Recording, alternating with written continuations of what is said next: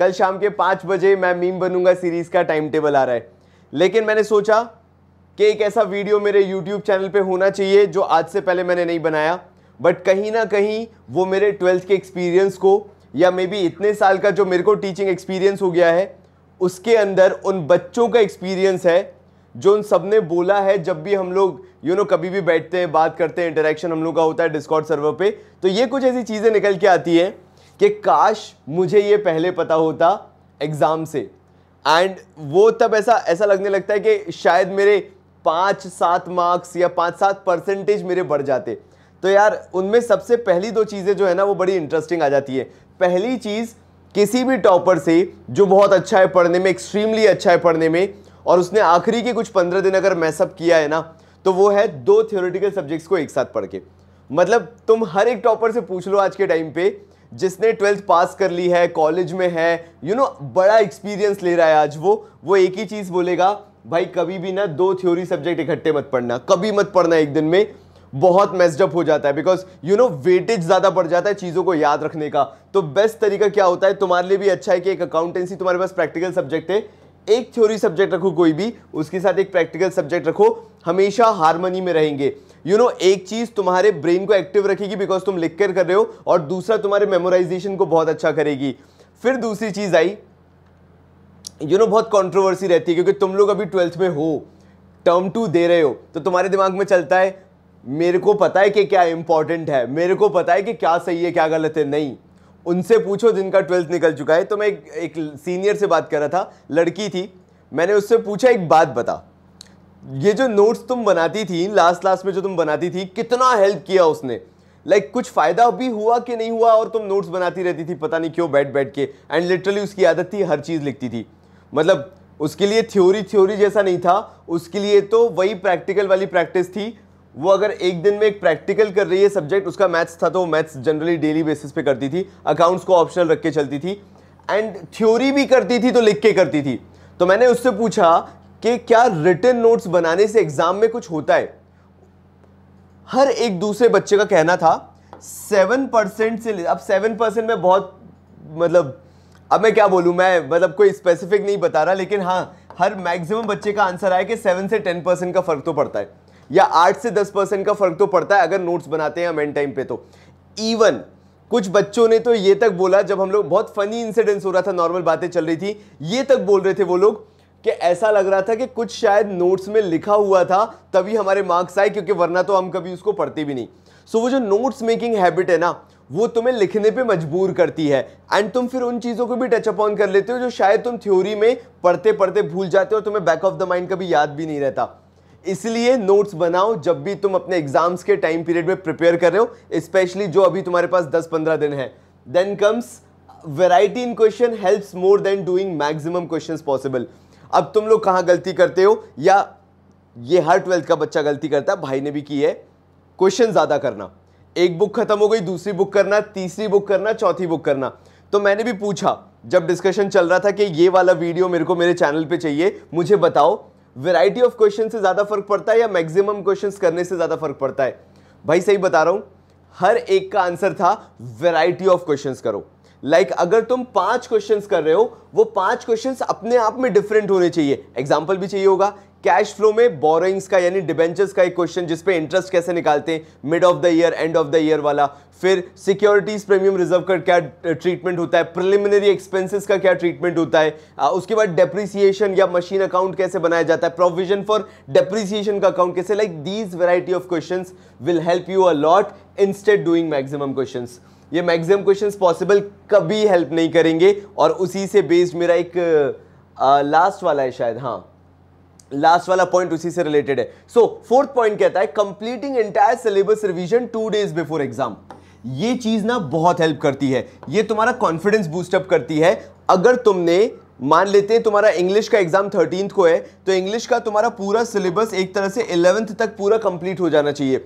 Business का exam तुम्हारा 17th को है, तो 15th तक तुम्हारा बिजनेस का सब कुछ कंप्लीट हो जाना चाहिए। ये मैंडेटरी है, क्योंकि वो जो 2 दिन मिलते हैं ना, तुम्हें सोचने का मौका देते हैं, वो समझाने का मौका देते हैं कि ये 2 दिन में अपने माइंड को ठंडा करो एंड पेपर्स करो, सैंपल पेपर्स करो, लेकिन वो सैंपल पेपर्स में भी पेशेंस रखो। कि उसी में से आएगा। मतलब the worst part about exams is, बताऊं मैं बहुत आराम से ये वीडियो बना रहा हूं क्योंकि बहुत दिल से निकल रही है वो चीज। The worst part about exam is वो हमारी सोच को खत्म कर देता है। हम डर में जीने लगते हैं एंड हमारा हर डिसीजन ओरिजिनेट ही होता है फियर से। ऐसा ही करना पड़ेगा तभी हो पाएगा, ये छूट गया वो छूट गया तो like every single new question you see तुम उसके पीछे भागना चालू कर देते हो बिकॉज यू थिंक अगर ये आ गया तो इसकी तो मैंने तैयारी नहीं की थी।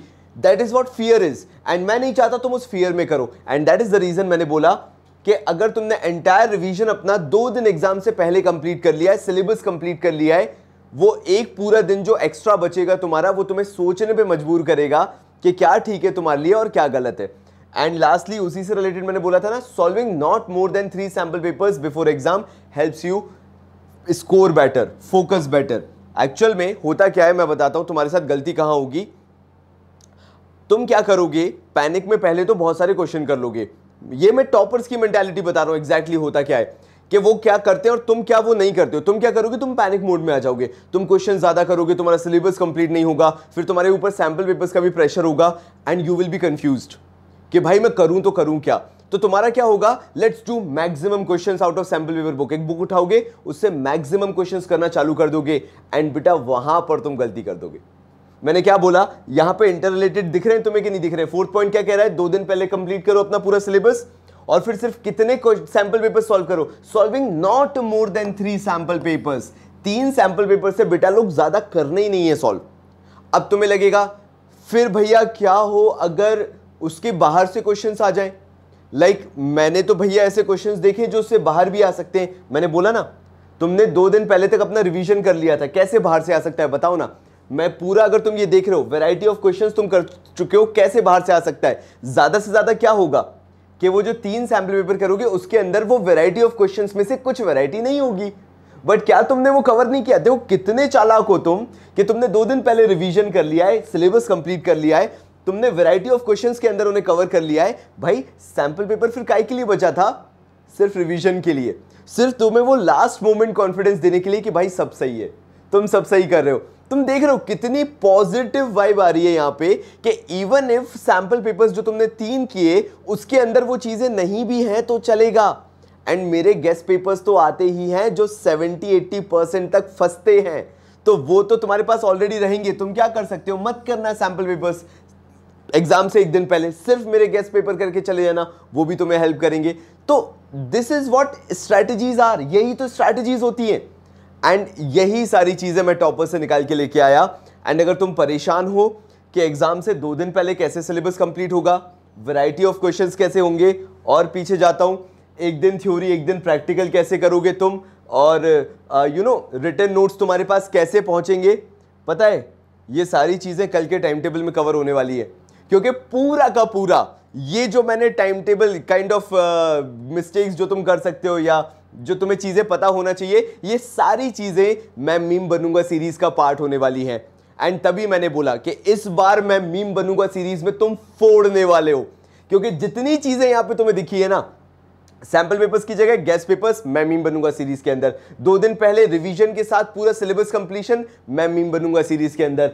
ज्यादा क्वेश्चन से अच्छा वैरायटी ऑफ क्वेश्चंस, मैं मीम बनूंगा सीरीज के अंदर। पीछे आ रहा हूं, अभी मजाक नहीं कर रहा, मैं लिटरली बता रहा हूं। एग्जाम्स के लिए नोट्स, रिटन नोट्स दे रहा हूं मैं तुम्हें, मैं मीम बनूंगा सीरीज के अंदर। एंड तुम्हें 2 थ्योरी सब्जेक्ट्स इकट्ठे नहीं पढ़ने, 1 थ्योरी 1 प्रैक्टिकल। कल टाइम टेबल आएगा, अपने आप पता चल जाएगा कैसे पढ़ना है। इवन अगर 2 थ्योरी सब्जेक्ट्स भी साथ में लेके चलोगे तो कैसे चलोगे, वो तक बताया मैंने मैं मीम बनूंगा सीरीज के अंदर। एंड सबसे अच्छी बात यह है, इतना premium content completely free of cost आ रहा है यूट्यूब पे तुम्हारे लिए 5 मई से, जिसका कल टाइम टेबल मैं तुमसे डिस्कस करने वाला हूं। एंड तब तुम्हें पता चलेगा कि मैं कितने ग्रैंड लेवल पे, जब 5 मई को शाम को नहीं सुबह आएगा, 5 मई को सुबह 8 बजे जब पहला वीडियो लॉन्च होगा, तो तुम्हें पता चलेगा कितने ग्रैंड लेवल पे मैंने मैं मीम बनूंगा सीरीज को बनाया है। तो ये कुछ याद रखना, चीजें 5 पॉइंट्स हैं, तुम्हारे सीनियर्स ने ये चीजें बताई है, तुम्हें पता होनी चाहिए। मैंने ये गलतियां की है, शायद सीनियर्स ने भी तुम्हारी ये गलतियां की है, तुम मत करना। तब तक के लिए बहुत सारा प्यार और धन्यवाद।